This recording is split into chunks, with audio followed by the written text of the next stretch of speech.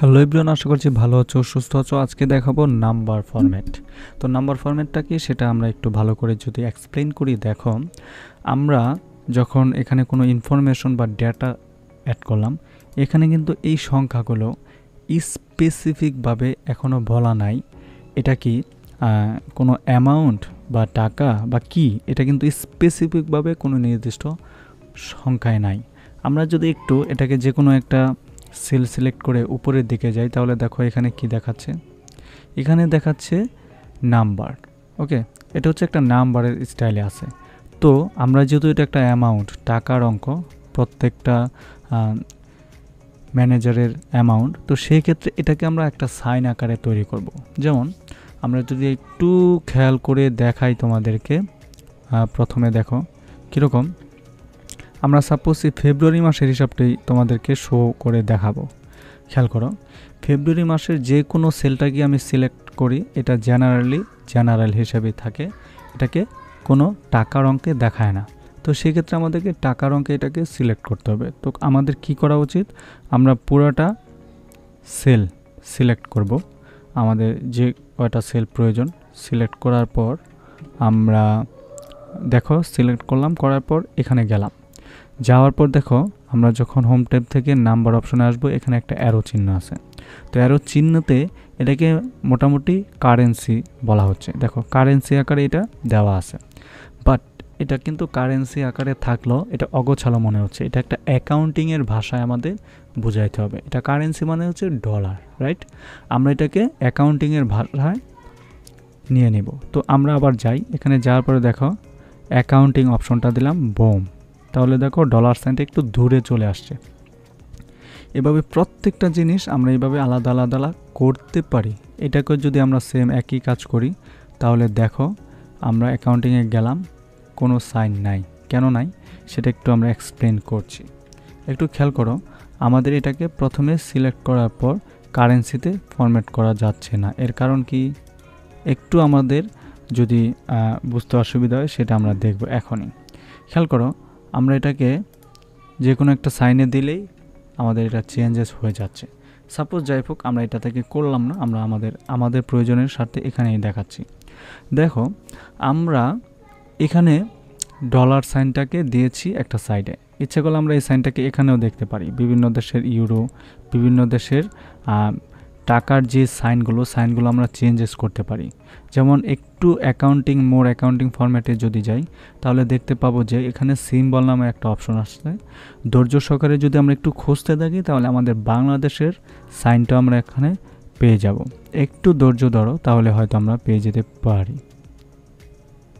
দেখো বাংলাদেশ, ওকে, দেন ওকে, দেখো বাংলাদেশের যে ডলারের সাইনটা সেটা এখানে দেখাচ্ছে। একটু খেয়াল করলে দেখো যে দশমিকের পরে দুইটা শূন্য।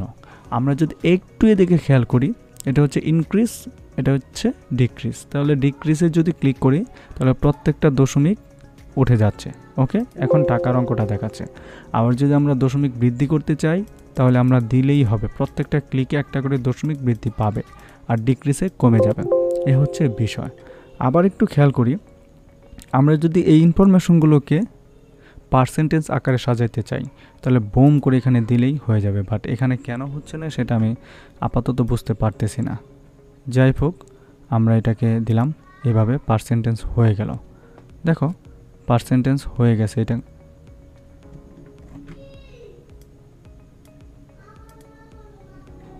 আচ্ছা, তাহলে একটা জিনিস আমরা খেয়াল করি, এটাকে যদি আবারও পার্সেন্টেজ আকারে সাজাই, দেখো পার্সেন্টেজ হয়ে গেল।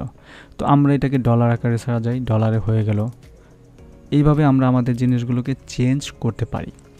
আবার যদি আমরা একটু জিনিস অন্যভাবে দেখি, সেটা কি একটু খেয়াল করো, আমরা এখানে সাপোজ লিখব যে মোটামুটি ডেট, ওকে, মোটামুটি ডেট আকারে লিখব। যেমন আমরা এখানে লিখছি 4/10/2021। আচ্ছা, এটা লেখার পর, অথবা আমরা যদি এইভাবে দিই 4/10/2021, যখন আমরা ইন্টার দিলাম, সাথে সাথে এটা কি হয়ে গেল একটু খেয়াল করো। এটা বাই ডিফল্ট জেনারেল ছিল, একটু উপরের দিকে যদি তাকাই ডেট, এক্সেল বুঝে ফেললো এটা আমরা যে কোনো একটা তারিখ লিখতে যাচ্ছি। ওকে, আচ্ছা, এখন এই তারিখটা আমরা বাই ডিফল্ট চেঞ্জও করতে পারি। কীরকম? এখানে সিলেক্ট থাকা অবস্থা আমরা ডেটাতে যাই, তারপর দেখো লং ডেট, এখানে ক্লিক করলে এটা দেখাচ্ছে এপ্রিলের 10 তারিখ শনিবার, ওকে, 2021 এরকম। ওকে, তো এইভাবে কিন্তু আমরা ইনফরমেশনগুলো অ্যারেঞ্জ করতে পারি আমরা আমাদের প্রয়োজনের স্বার্থে। এখন টাইম যদি দেখি, টাইমে আমরা লিখলাম 10.25, ইন্টার দিলাম। এটা কি হইলো? এটা জেনারেল। এটা কি টাইমের মধ্যে পড়ে? না, আমরা জাস্ট সিলেক্ট করে টাইমিং দিব, বোম, এটা একটা টাইমিংয়ের মধ্যে চলে আসছে এটাকে। এখন আমরা চেঞ্জেস করতে পারি। ওকে, আমরা আমাদের প্রয়োজনের স্বার্থে আমরা এটাকে চেঞ্জেস করতে পারি। তারপরে আমরা যদি আরেকটু খেয়াল করি, পার্সেন্টেজ, ফ্র্যাকশন, সায়েন্টিফিক, তোমরা তোমাদের মতো একটু দেখে নিবা, সেভাবে তোমরা এটাকে দেখাইতে পারো। যেমন এখানে আমরা লিখলাম 10 বা 20। ওকে, 20 লেখার পর আমরা পার্সেন্টেজ দিয়ে দেব, এন্টার দিলাম। দেখো এখন কিন্তু এটাকে পার্সেন্টেজ আকারে শো করছে। ওকে, আবার এটাকে যদি আমরা নাম্বারিংয়ে নেই, তাহলে নাম্বারটা সিলেক্ট করলাম, দেখো নাম্বার হয়ে গেল 0.20। ওকে, আবার এটাকে আমরা পার্সেন্টেজে ক্লিয়ার করতে পারবো। এভাবে কিন্তু আমরা আমাদের জিনিসগুলোকে চেঞ্জেস করতে পারবো মাইক্রোসফট এক্সেলের নাম্বারিং দিয়ে। তো আশা করছি বন্ধুরা বুঝতে পেরেছো। Thank you so much, let's go start it.